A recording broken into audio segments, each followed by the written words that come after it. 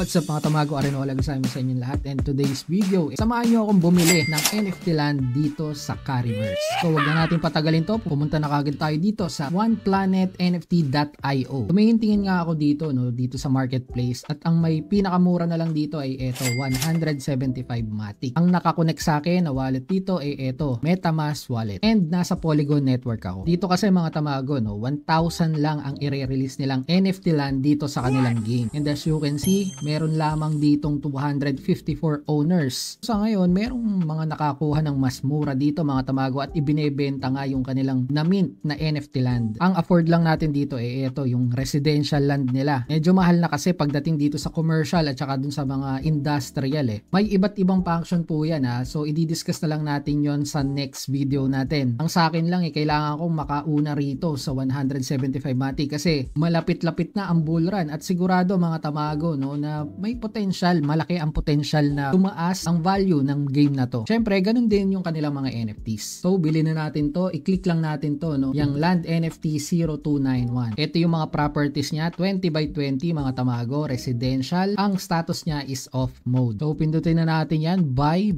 na muna natin yan. Then, confirm lang natin to mga tamago. Confirm purchase, may lalabas dito sa inyong MetaMask na confirmation. So, i-confirm nyo lang sa MetaMask mga tamago and make sure na may enough kayo na pang gas fee. So eto na nga purchase complete mga tamago. Sana madoble ko yung aking investment dito pagdating ng bull run. So view my item, tignan natin at eto na nga, pwede ko na actually i-sell ngayon. Ang value dito mga tamago nitong mga NFT eto na nga yung pinakamababa 175 Pero since nabili ko na siya yung mga susunod dyan 200 Matic na po. Kung i-convert natin dito mga tamago, ang 200 Matic ay 10,566. So kapag tumaas ang value ng Matic, mas tataas ang value o presyo nitong mga NFT land na to. Siyempre, hindi lang yon mga tamago, habang tumatagal ang game, habang gumaganda, at habang maraming tumatangkilik nito ngayon kasi kukunti pa lang. Hindi pa masyadong maingay ito dito sa Pilipinas. Actually, kukunti pa nga lang din yung members ng kanilang Telegram. Siguro bagong gawa pa lang. Pero tingin ko, isa rin to sa magiging hit na games pagdating sa play to earn space. Bukod sa madali kasing kitain yung celeb tokens nila, is meron din kasi itong RNG factor mga tamago na kung saan possible kaadikan ng mga manlalaro. So chinek ko dito sa Polygon scan mga tamago na andito naman, dumating naman yung NFT from Cariverse nga. Kung gusto nyo makita to sa wallet nyo mismo sa MetaMask, i-click nyo lang itong pinaka-item. Then ito po yung contract address, i-copy nyo yan. Pumunta dito sa inyong MetaMask, i-click itong NFT tab na to at may makikita kayo dito, import NFT. So ilagay nyo lang yung address dyan mga tamago. Then balik kayo ulit dito sa Polygon scan Ito yung token ID. I-copy nyo lang yan 291 and i-paste nyo lang dito or i-type nyo. Then press import. So hindi pa tayo tapos dito mga tamago kasi itong asset natin na nasa MetaMask kailangan pa nating ipadala Kling wallet naman. So ang kailangan lang gawin doon, pumunta, mag-login kayo doon sa Kling wallet nyo. Ang pinakamaganda rito ay nasa Polygon main network na kagad siya. As you can see guys, wala pa po tayong NFTs dito. Then may makikita kayo dito na receive. So pindutin nyo lang yung receive. Then scroll nyo lang pababa, makikita nyo yung address nyo dyan, i-copy nyo lang mga tamago. And then, balik lang tayo dito sa ating MetaMask. I-click lang natin to, Cariverse Land NFT.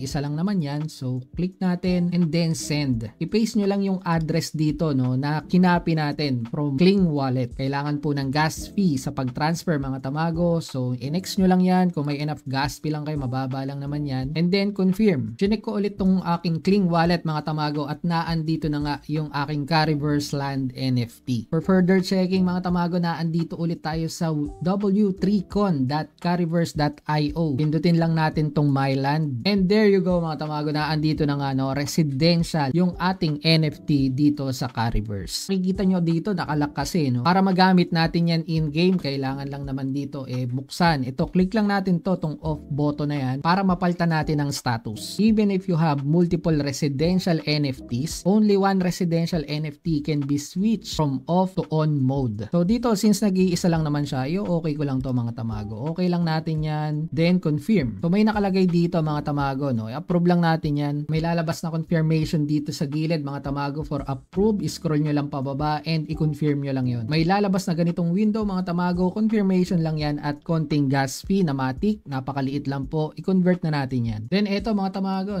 transaction submitted successfully. So okay lang natin to mga tamago and wait lang natin na ma-transfer na nga in in-game itong ating NFT land. So ito mga tamago, chinek ko in-game itong ating land at kinlik ko itong aking cellphone. Click lang itong land. And there you go mga tamago, residential area number 291. Ito yung address natin, Region Aurora. And as you can see, ito yung isang mga benepisyo rito mga tamago. Meron na kagad tayong 1.3k celeb token. At ayun, na-receive na natin yung ating reward. After 3 hours and 25 minutes mga tamago, magkakaroon po ulit ng 1.3 celeb token itong aking account. At hanggang dito na lang tong episode na to mga tamago. Ingat kayo, tamago out. Halika na't sumama sa aming barangay, samahang masaya, ano pang hinihintay? Kung online games ang iyong gusto, dito ka sa guild ko, solid to. Sa aming community na puro makulit, mga hari na trash talk pero malupit.